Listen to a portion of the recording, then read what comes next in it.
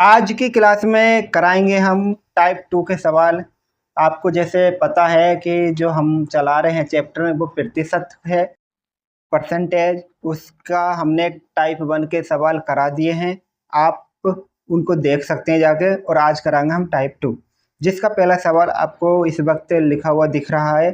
P की I Q की आय का 150% है और पी का व्यय क्यू के व्यय से 60% है। व्यय का 60% है। यदि क्यू अपनी आय का 20% बचाता है तो पी अपनी आय का कितना प्रतिशत बचाता है। ये भाई सेविंग वाला सवाल आ गया है, जिसमें बचाया जाता है और खर्चा किया जाता है। ये वही सवाल है। तो भाई सबसे पहले लिखेंगे एक तरफ को आय, ठीक, और एक तरफ को लिख देते हैं व्यय, एक तरफ लिख देते हैं बचत। इस तरीके से जब जो कमाई होगी उसमें से जब व्यय घटेगा तो बचत बचेगी। ये बात ध्यान रखना। ये एक फॉर्मूला है जिनमें हमें समझना जरूरी है। अब एक तरफ यहाँ लिखेंगे P और दूसरी तरफ को लिखेंगे Q। अब सवाल समझेंगे कि जो P की आय है, जब P जो कमाता है ना, Q की आय का 150 है। मान लो Q की जो आय है वह 100 रुपये है। समझ रहे हैं बात। अगर मान लो कि Q जो कमाता है वह 100 रुपये कमाता है, तो भाई P का क्या होगा। P की आय क्या बन जाएगी, उसकी 150% हो जाएगी। तो ये क्या हो जाएगा 150। अब तुमको कोई ये तो कोई परसेंटेज तो निकाला नहीं, डायरेक्ट करा रहे हो। डायरेक्ट इसलिए करा रहे हो क्योंकि 100 पे परसेंटेज सेम टू सेम चलता है बिल्कुल, इसलिए मैं 100 रखा है। और कुछ रखूंगा तो चेंज हो जाएगा, 150 के बदले में आंसर फिर कुछ और आएगा। आगे देखते हैं। P का व्यय Q के व्यय का 60% है। P का व्यय, अब P का जो खर्चा है और व्यय कितना करता है, कुछ बताया इसने। अब ये तो इसने बताया नहीं है कि कितना वो खर्चा करता है। तो अब हम यहाँ से सवाल को छेड़ेंगे नहीं, आगे देखते हैं। लिखा यदि Q अपनी आय का 20% बचाता है। Q कितनी बचत कर रहा है भाई, 20% की, यानी 100 रुपये कमाता है, उसका 20% निकालोगे 100 का तो 20 ही आएगा। यानी वो कितने रुपए, 20 रुपये बचाता है। तो भाई 20 रुपये बचा रहा है तो कितने खर्च कर रहा होगा भाई, 80 रुपये वो खर्च कर रहा होगा। अब देखो क्या लिखा, Q के व्यय का 60% है। अगर Q 80 रुपये खर्च कर रहा है तो जो P है वो कितने रुपये खर्च करेगा। P जो खर्च करेगा वो क्या करेगा, Q का जो व्यय है उसका 60% खर्च करेगा। इस तरीके से तो Q कर रहा है 80 रुपये खर्च, तो भाई P का निकाल लो इस तरीके से जैसे मैं बता रहा हूँ। तो 8 से 48, यानी ये 48 खर्च करेगा। ये बात समझ में आई। अब बताओ 150 रुपये कमा रहा है, 48 खर्च कर दे रहा है, तो कितने रुपये बच रहे होंगे, 102 रुपये से बच रहे होंगे। अब देखो तो P अपनी आय का कितने प्रतिशत बचाता है, कितना बचाता है। P की बात चले, P कितना बचाता है। अब देखो 102 बचाता है। कितना बचाता है, 102। किसका, आय का, अपनी आय उसकी कितनी, 150। 150 पे कितने रुपये का बचाता है, 102 रुपये बचाता है, और गुणा में 100%। इस तरीके से 0 से 0 काट दो, 5 दूनी 10 और 5 तिया 15, 3 तिया 9, तो एक बचेगा 3 चौक 12, तो 2 चौक 8 और 3 दूनी 6, यानी 68% ये बचत करता है। ये बात समझ में आई। इस तरीके से ये सवाल कंप्लीट होता है। अगला देखेंगे। अगला सवाल आपको दिख रहा है, एक महिला के व्यय का बचत से अनुपात। एक महिला लेडी है, उसमें क्या बताया, उसका खर्चा और बचत का अनुपात बताया, यानी व्यय और बचत। अगर वो 5 रुपये खर्च करती है तो 1 रुपया वो बचाती है, इसका मतलब ये हुआ। यदि उसकी आय और व्यय में क्रमशः, अब भाई देखो 5 रुपये खर्च कर रही है, 1 बचाती है, तो वो कमाती कितनी होगी, कितनी कमाती होगी, वो 6 रुपये कमाती होगी। ये बात तो क्लियर है। अब किसने क्या बोला सवाल ने, उसकी आय और व्यय में क्रमशः 10% और 20% की वृद्धि होती है। यानी आय कितनी बढ़ जाती है, उसकी 10% बढ़ जाती है। अब 6 से आय उसकी कितनी हो जाती है, इसका निकाल लो 10% ज़्यादा। यानी कि हर चीज़ खुद में 6 के में 100% होती है, ये तो मैंने आपको बता रखा है, और उसमें 10% की उसमें बढ़ोतरी हो चुकी है। तो कहने का मतलब है वो 106%, भाई 106 नहीं 110% हो गई होगी। भाई समझो, हर चीज़ खुद में क्या होती है, 100% होती है। उसकी आय में 10% की बढ़ोतरी हुई है, तो 10% की बढ़ोतरी हुई तो कुल मिलाकर कितना परसेंट हो गया, 110%। तो 6 का 110% निकालोगे तो कैसे निकालोगे, इस तरीके से लिखोगे और फिर लिखोगे 6 गुणा 110 बटे में 100, जीरो से जीरो काट दोगे तो ये बनेगा तुम्हारा ऊपर 11 छंग 66 और नीचे 10, और 10 से 66 को भाग करोगे तो बनेगा 6.6। यानी पहले उसकी जो आय थी 6 थी, अब हो गई कितनी, 6.6। अब सवाल और देखिए दोबारा से। अब जो उसका व्यय है, व्यय में 20% की वृद्धि हो जाती है।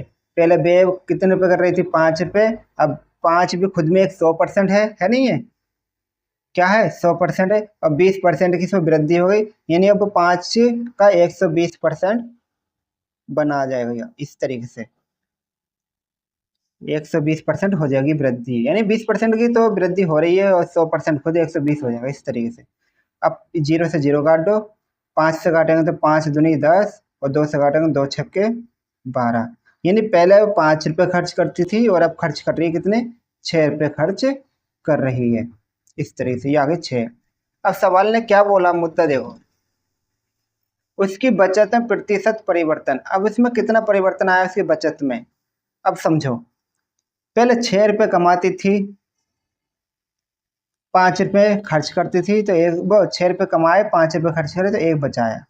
अब क्या करेगी, देखो 6.5 रुपये कमा रही है और 6 रुपये खर्च कर रही है, तो कितनी बचत कर रही है बताना जरा, कितनी बचत कर रही है, 0.6 की बचत कर रही है।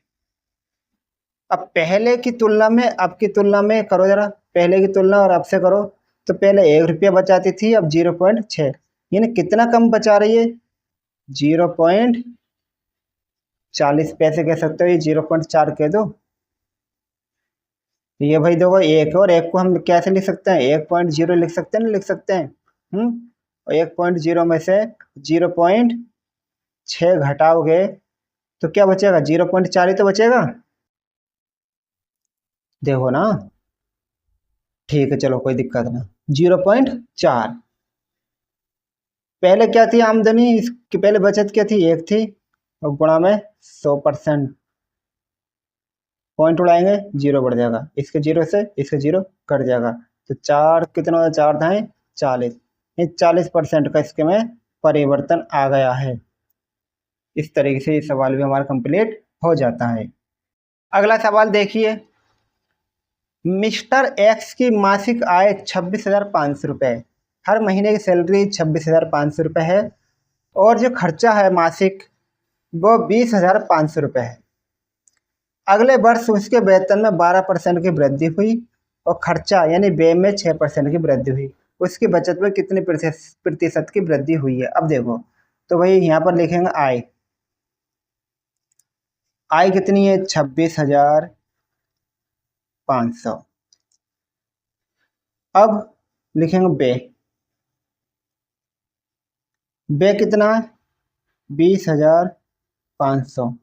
तो भाई बचत क्या हो रही होगी, बचत कितनी हो रही होगी बताओ, 6,000 रुपये की बचत हो रही होगी ना, हो रही होगी। अब क्या होता है कि अगला साल जैसे ही हुआ उसका वेतन में 12% की वृद्धि हो गई। 12% मैंने अभी बताया कि भाई देखो हर चीज़ क्या होती है, 100% होती है। पिछली क्लास में बता कर आया हूँ ना, बताया हूँ मैं कि हर चीज़ खुद में क्या होती है, 100% होती है, और उसमें 12% की और वृद्धि हो गई है, तो कुल मिला के वो कितनी हो गई है, वो हो गई 112, यानी 26,500 का 112%, परसेंट के बदले में 100 लिख दिया बटे में। 00 से 00 हमने कट कर दिया। अब 265 की 112 से आपस में गुणा कर लो। गुणा करके देखोगे तो ये आएगा तुम्हारा 29,680। मैंने गुणा कर ली है पहले से, इसलिए मैंने लिख दिया डायरेक्टली। आपको भी कर लेनी है गुणा। अब देखें, व्यय में 6% की वृद्धि हुई, खर्चे में भी वृद्धि कर दी हुई इसने, जब पैसा आया तो 6% की।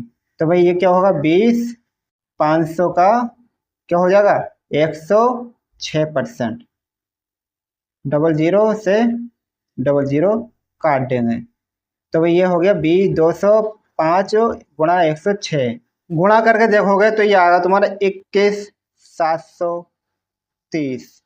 गुणा करके देखोगे तो 21,730। अब सवाल में कह रहा है तो उसकी बचत में कितने प्रतिशत की वृद्धि हुई है।